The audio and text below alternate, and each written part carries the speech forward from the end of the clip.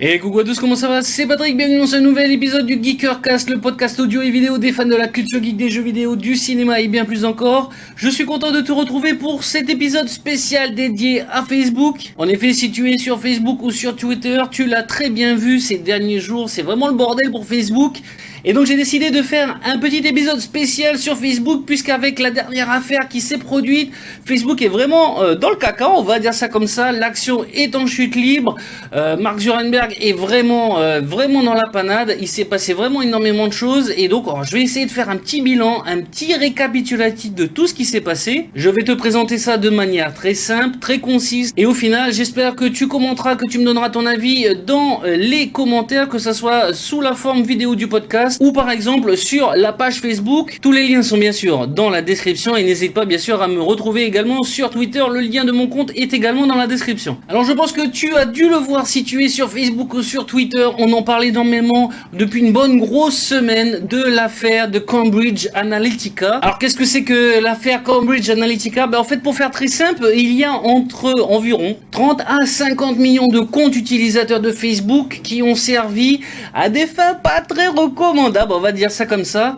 Toutes les informations importantes de ces comptes ont été transmises à la société Cambridge Analytica. Et le problème, ce n'est pas que ces comptes fuitent, puisque tous les comptes déjà sont tenus par Facebook. Donc déjà, quand tu t'inscris, tu sais très bien que tout ce que tu mets sur Facebook ne t'appartient plus. Mais là où il y a un souci, c'est que cette société-là a utilisé ces comptes-là dans des buts politiques. Cette société est notamment connue pour ses liens très proches avec Trump, puisque cette société l'a aidé à faire ses choix au niveau politique, envers ses choix au niveau tout simplement des publicités qu'il mettait sur les réseaux sociaux. Et donc c'est là où ça pose un problème, c'est que les données des clients, ce qu'ils aimaient, ce qu'ils partageaient, leurs liens, etc. ont été transmises à cette société qui les a utilisées à des fins politiques. Et le problème va encore plus loin, c'est-à-dire que s'il y avait un des membres de tes amis qui avait répondu au soi-disant quiz de cette société, et toi aussi tu étais d'office ajouté. La permissibilité donc de cette petite opération quiz, de cette petite application Facebook, permettait en effet de récupérer non seulement les données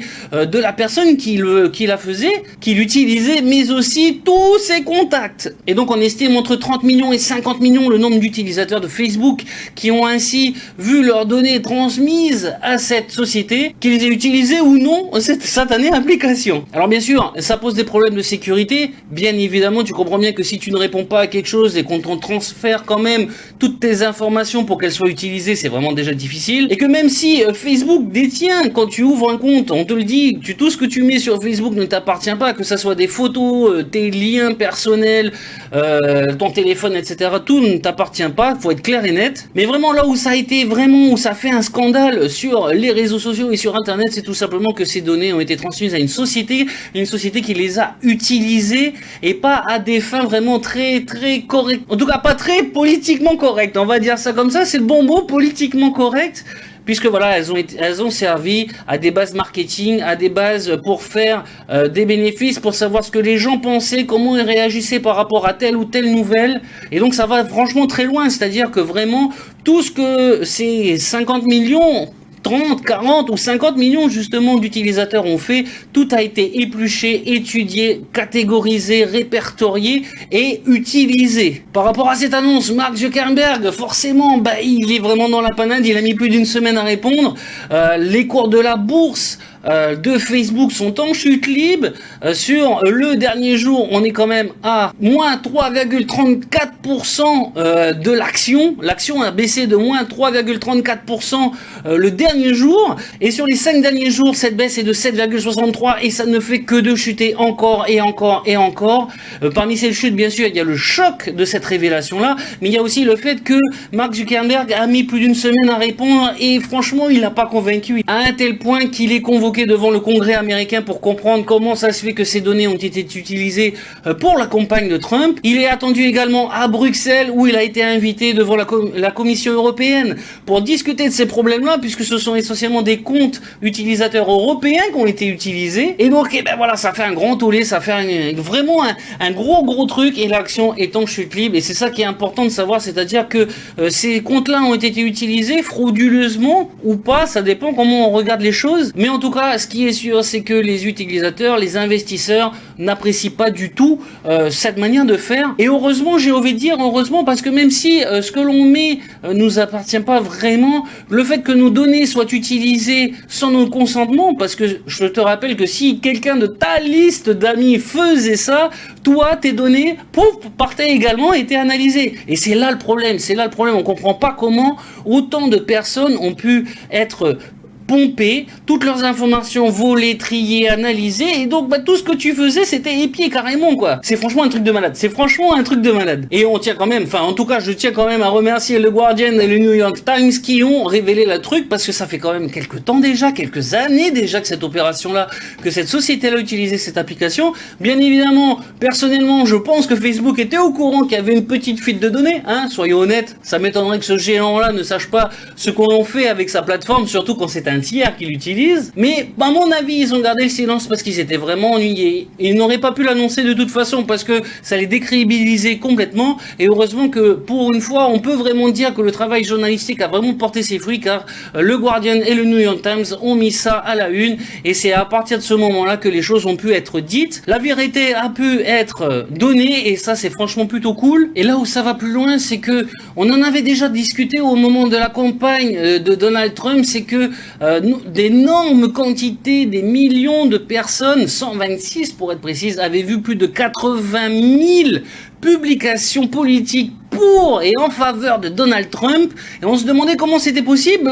Voilà, maintenant on a la solution, quelques années plus tard, on le sait, c'est grâce à cette fuite de données. Il y avait eu également 80 millions de personnes touchées sur Instagram, puisque c'est en lien en fait tout simplement, grâce à cette analyse de Cambridge Analytica, et ils ont pu spammer Twitter, spammer Facebook, spammer Instagram en faveur de Donald Trump, en ciblant bien sûr ce que les gens aimaient, en faisant des pourcentages de likes sur telle ou telle publication, sur ce que les gens aimaient voir, sur ce que les gens likaient, sur ce que les gens partageaient. Et donc on peut le dire maintenant avec du recul, ça a quand même faussé pas mal les choses, tout simplement parce que ils ont été inondés, les votants. Les Américains ont été vraiment noyés sous la masse d'informations en faveur de Donald Trump, qui en plus du niveau marketing était à 100% pour lui, et tournée et écrite et publiée de façon à ce que les gens like. Et ça c'est vraiment écœurant, dans le sens où maintenant on est dans un système où on ne peut que limitement se demander si les informations sont justes ou pas, que ça soit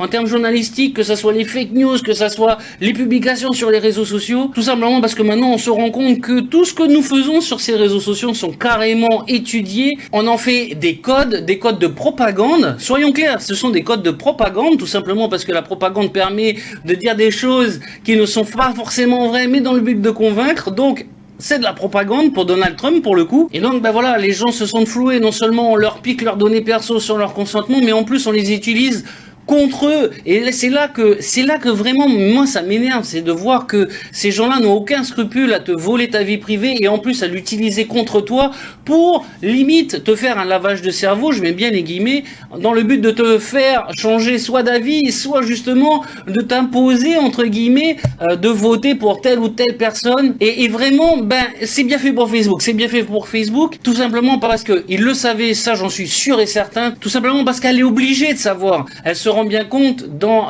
les scripts qu'elle utilise, les scripts qu'elle valide dans les applications tiers des personnes, genre Cambridge Analytica, qu'il y a bien une fuite de données. Ça c'est clair et net. C'est impossible que Facebook ne soit pas au courant que 50 millions de données soient récupérées, exportées, utilisées. C'est vraiment pas possible. De même que Facebook se disait zut, on a eu des centaines de millions de comptes, des faux comptes pour le truc, etc.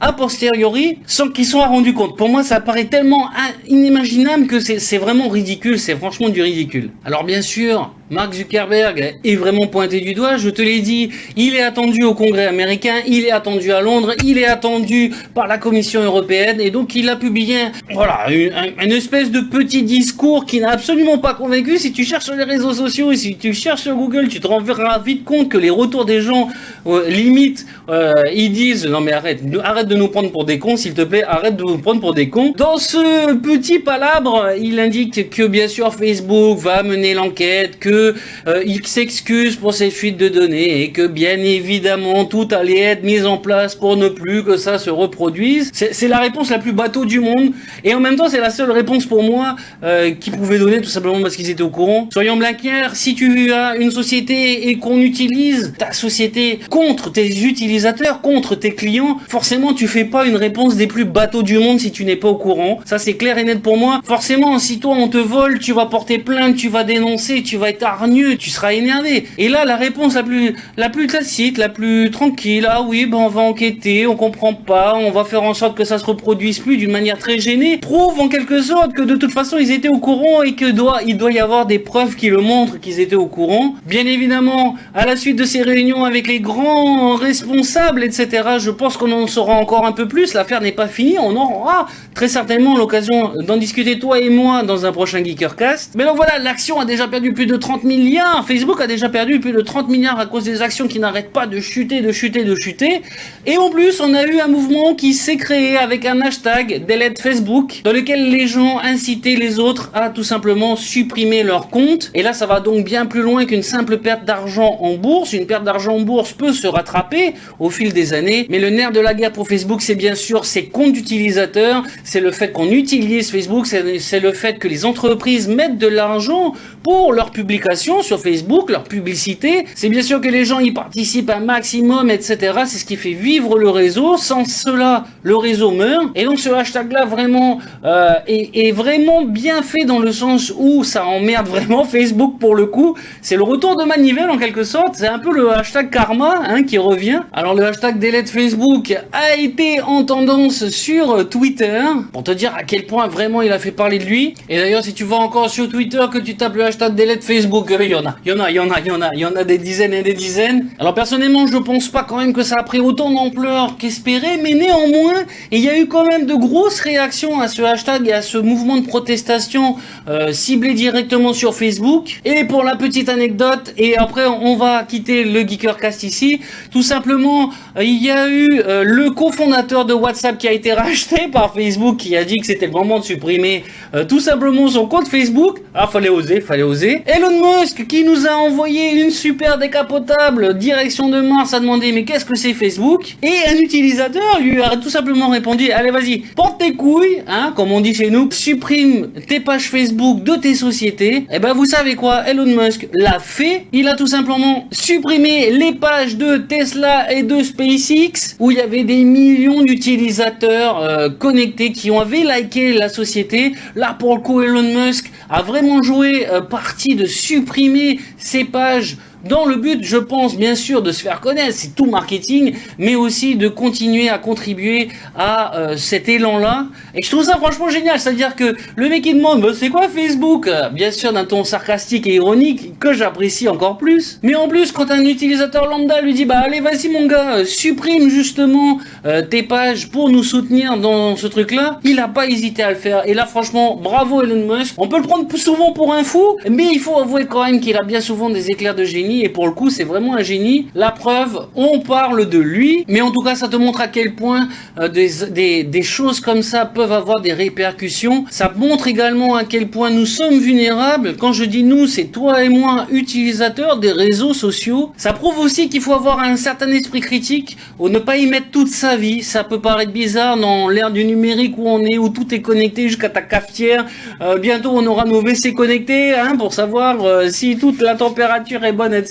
Alors bien sûr pour l'instant j'amplifie un petit peu le mouvement, mais je pense que tu comprends ce que je veux dire. Et bien sûr toutes nos données sont utilisées, faut pas se leurrer, c'est la base des réseaux sociaux. C'est comme ça qu'ils font du pognon. Bien sûr ils gagnent du pognon sur les publicités, mais c'est surtout sur notre dos. Nous sommes de simples utilisateurs, mais c'est nous qui faisons prospérer ces sociétés là. Et forcément pour qu'ils gagnent de l'argent, il faut un max de comptes, il faut que vous utilisiez ces réseaux sociaux. Alors malheureusement on peut pas faire sans, c'est ça qui est dommage. Ou pas, le fameux c'était mieux avant, c'est pas forcément sûr non plus. Mais en tout cas, maintenant c'est sûr, il faudra vraiment faire beaucoup plus attention à ce que l'on fait sur Facebook, à ce que l'on utilise sur Facebook, aux amis, voir un peu ce qu'ils utilisent sur Facebook. C'est un truc à devenir un peu paranoïaque malheureusement, mais il va falloir vraiment faire beaucoup plus attention à la sécurité. C'est vrai que entre les fake news, les phishing, les escroqueries, maintenant les utilisations de nos données personnelles, on devient de plus en plus critique, il faut vraiment l'être de plus en plus. Et en tout cas, je pense que cette affaire de Cambridge Analytica n'est pas finie. On aura l'occasion très certainement d'en reparler dans les semaines, les jours, les mois à venir. Déjà un petit peu voir comment le fondateur de Facebook va répondre à toutes ces accusations de tous les grands géants qui veulent lui parler et comprendre comment ça se fait. On va voir également si le mouvement Delete Facebook a pris de l'ampleur ou si ça s'est étouffé. Facebook c'est devenu tout simplement aussi important que de faire son café le matin. Mais en tout cas voilà, on va voir et j'aimerais vraiment avoir ton avis. Donc voilà, n'hésite pas à me rejoindre sur les réseaux sociaux, à me laisser ton commentaire, soit sur SoundCloud si tu écoutes la version audio, bien sûr sur YouTube si tu regardes cette vidéo et bien évidemment sur la page Facebook du Geekercast. N'hésite pas également à me rejoindre sur les réseaux sociaux. Tu as tout qui est écrit ici, donc voilà, n'hésite surtout pas. Et quant à nous, on se dit à très vite pour un nouveau Geekercast. Porte-toi bien. Ciao ciao.